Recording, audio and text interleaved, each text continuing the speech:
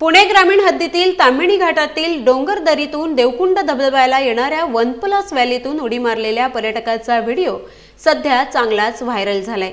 2 तास जंगल वाटेने पायपीट केल्यावर सह्याद्रीच्या कुशीत देवकुंड धबधबा आहे। या ठिकाणी ही घटना घडली असून माणगाव पोलीस व स्थानिकसह रेस्क्यू टीम उडी मारलेल्या पर्यटकाचा मृतदेह रेस्क्यू करून बाहेर काढण्याचे प्रयत्न करतायत। परंतु पुणे ग्रामीण हद्दीतील ताम्हिणी घाटातील डोंगरदरीतून देवकुंड धबधब्याला येणाऱ्या 1+ व्हॅली म्हणून ओळख असलेल्या प्रवाहात 2 दिवस अगोदर देखील अशीच घटना घडली होती। तोच मृतदेह असू शकतो अशी दाट शक्यता पोलिसांना असून देवकुंडमध्ये मृतदेह सापडल्याने ओळख पटवण्याचे माणगाव पोलिसांचे प्रयत्न असल्याचे पोलीस निरीक्षक निवृत्ती बोराडे यांनी सांगितले।